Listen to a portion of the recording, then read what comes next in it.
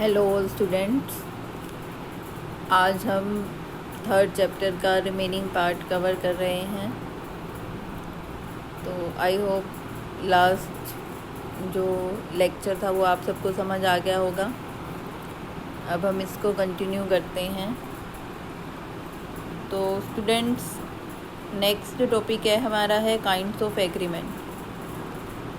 तो different classifications है kinds of agreement की, तो हम पढ़ते हैं।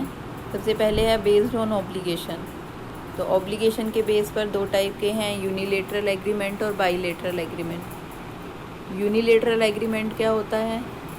जिस एग्रीमेंट में एक पार्टी ने अपना प्रॉमिस पूरा कर दिया है और दूसरी पार्टी ने अपना प्रॉमिस पूरा नहीं किया, वो यूनिलेटरल एग्रीमेंट है। तो जैसे कि ए ने बी को जो है कोई अपनी गाड़ी बेचनी है, ए बी को कहता है कि मैं तुम्हें अपनी गाड़ी बेचूंगा, और बी ए को कहता है कि मैं तुम्हें जो है 2 लाख रुपए दूंगा।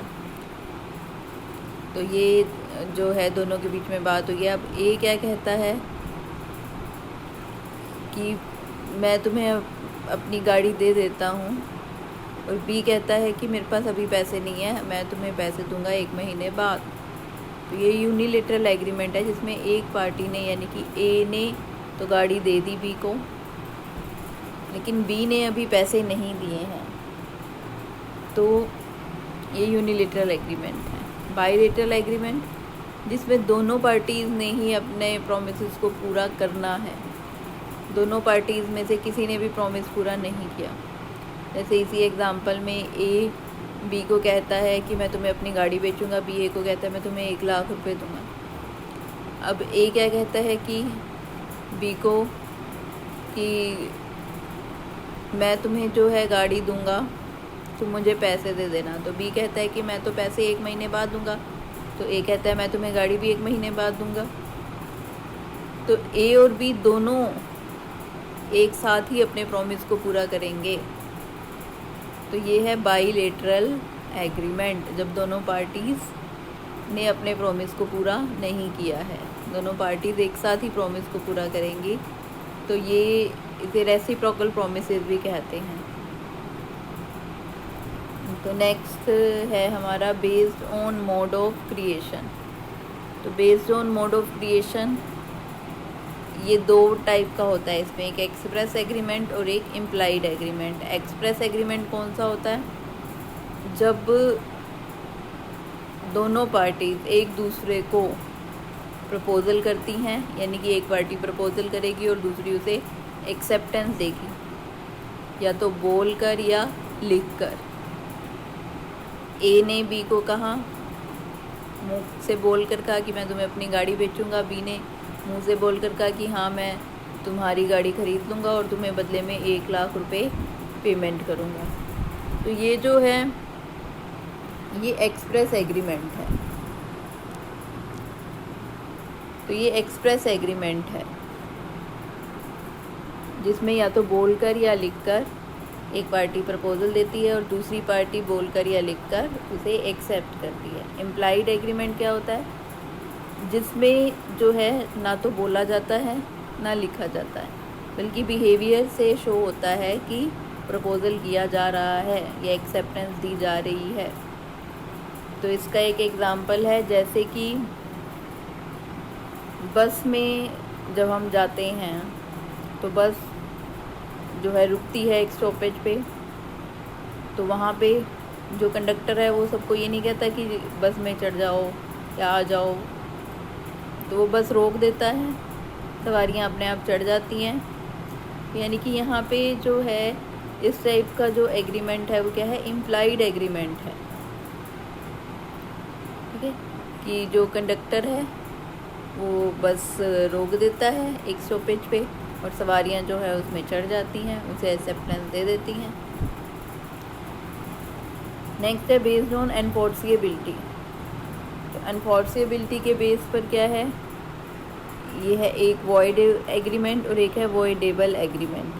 तो सबसे पहले हम आ जाते हैं वॉइड एग्रीमेंट पे। तो ये पहले भी आ चुका है, सेक्शन 2G में इसकी डेफिनेशन दी हुई है agreement enforceable agreement not enforceable by law is said to be void agreement. ये ऐसा एग्रीमेंट जिसको आप लॉ के थ्रू पूरा नहीं करा सकते वो क्या है, void एग्रीमेंट। जैसे किसी माइनर से आप एग्रीमेंट करते हो या बिना कंसिडरेशन के एग्रीमेंट करते हो।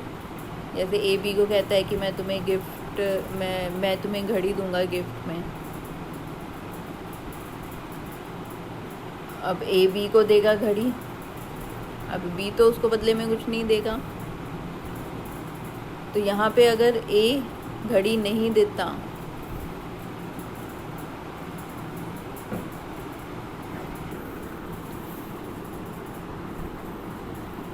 तो जैसे कि अगर ए ने बी को अगर कोई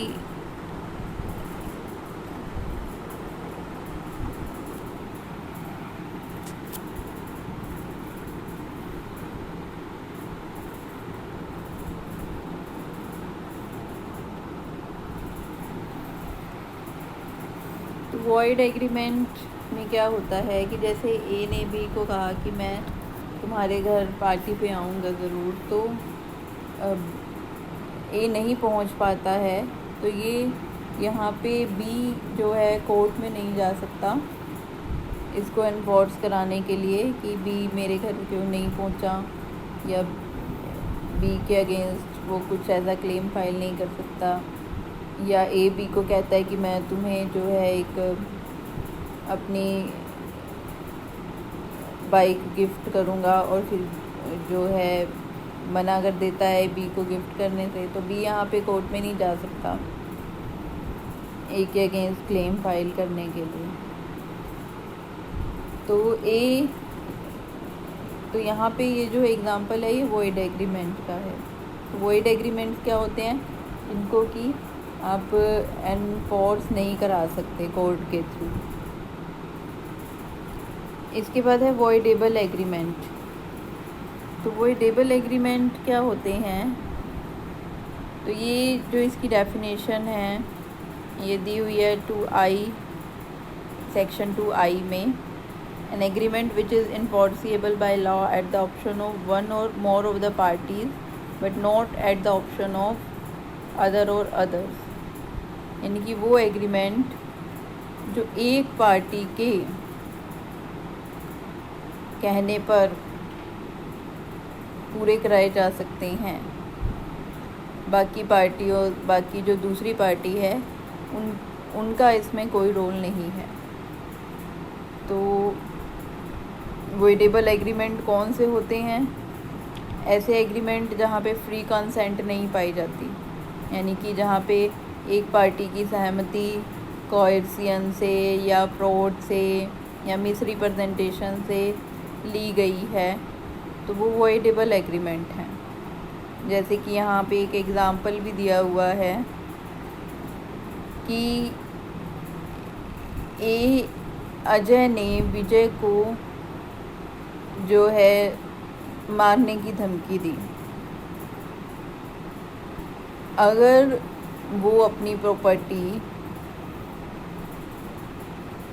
जितना उस प्रॉपर्टी का प्राइस है उससे कम प्राइस पे सेल नहीं करता, तो यानी कि अजय जो है विजय को मार देगा अगर विजय अपनी प्रॉपर्टी मार्केट प्राइस से कम कीमत पर, बहुत कम कीमत पर जो है वो अजय को सेल नहीं करता। यानी कि उसने जो है धमकी देकर जो है विजय से प्रॉपर्टी अपने को सेल कराने के लिए साइन करा लिए। तो यहाँ पे जो सहमति है, विजय की सहमति जो है वो फ्रीली नहीं है, वो धमकी देकर ली गई है। तो ये जो एग्रीमेंट है ये वॉइडेबल एग्रीमेंट है। यहाँ पे ये एग्रीमेंट विजय की जो है कहने पर ये एग्रीमेंट ख़त्म भी किया जा सकता है और इसको पूरा भी किया जा सकता है। विजय अगर चाहे तो इसको ख़त्म भी कर सकता है। एग्रीव्ड पार्टी है, पीड़ित पक्षकार है, वो चाहे तो इस एग्रीमेंट को पूरा भी कर सकता है और चाहे तो इस एग्रीमेंट को ख़त्म भी कर सकता है। तो ये क्या होगा कि जो एनफोर्सिएबल होगा eight the option of one or more of the parties, जो एक पार्टी या एक से ज़्यादा पार्टीज़ के कहने पर ही एनफोर्सिएबल हो सकता है, दूसरी पार्टीज़ के कहने पर एनफोर्सिएबल नहीं हो सकता। तो यहाँ पे ये कॉन्ट्रैक्ट विजय की जो है, विजय अगर चाहे तो ये कॉन्ट्रैक्ट पूरा कर सकता है, नहीं चाहे तो वो इस कॉन्ट्रैक्ट को ख़त्म कर सकता है। तो नेक्स्ट हमारा टॉपिक है based on law legal agreement, और दूसरा है इलीगल एग्रीमेंट। लीगल एग्रीमेंट क्या होते हैं?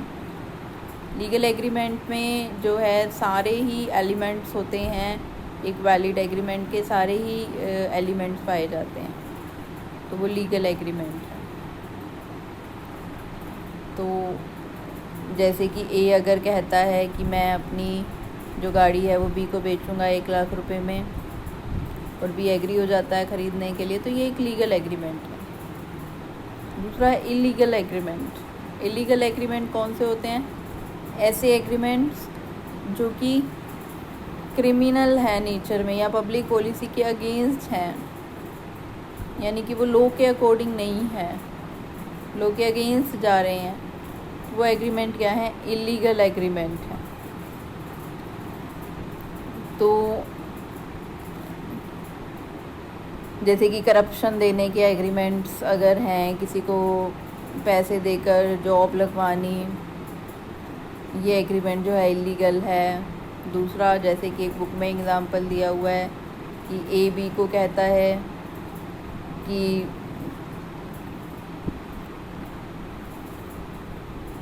वो बी को पैसे देगा 1 लाख, 2 लाख, 3 लाख रुपए अगर बी जो है सी को मार देता है। तो ये एग्रीमेंट कैसा है? इलीगल है। तो यहाँ पे अगर ए के कहने पर बी सी को मार भी देता है और बाद में जो है ए बी को पैसे देने से मना कर देता है, तो बी जो है कोर्ट में जाकर क्लेम नहीं कर सकता अपने पैसे, क्योंकि अगर वो जाएगा, बात बताएगा सारी, तो उसको ही पकड़ के जेल में डाल दिया जाएगा। तो ये इलीगल एग्रीमेंट्स हैं। तो यहाँ पे एक और चीज़ कि एक हमने वॉइड एग्रीमेंट पढ़ा था, एक इलीगल एग्रीमेंट है। तो एक लाइन दी हुई है कि all illegal agreements are void but all void agreements are not necessary illegal, कि सभी इलीगल एग्रीमेंट्स तो वॉइड हैं, यानी कि किसी भी इलीगल एग्रीमेंट को आप कोर्ट में जाकर इन्फोर्स नहीं करा सकते। लेकिन all void agreements are not necessary illegal, सभी वॉइड एग्रीमेंट्स या कॉन्ट्रैक्ट ज़रूरी नहीं है कि इलीगल हों, यानी कि सभी वॉइड एग्रीमेंट्स का इलीगल होना ज़रूरी नहीं है। जबकि सभी इलीगल एग्रीमेंट्स तो वॉइड हैं ही हैं, उनको तो आप कोर्ट से एनफोर्स नहीं करा सकते, लेकिन सभी वॉइड एग्रीमेंट इलीगल हों ये ज़रूरी नहीं है।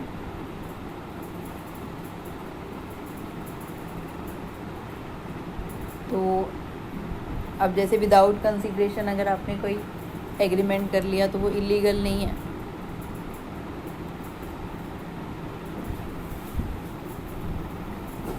लेकिन अगर आपने किसी को मारने का कॉन्ट्रैक्ट कर लिया तो वो इलीगल भी है और वॉइड भी है।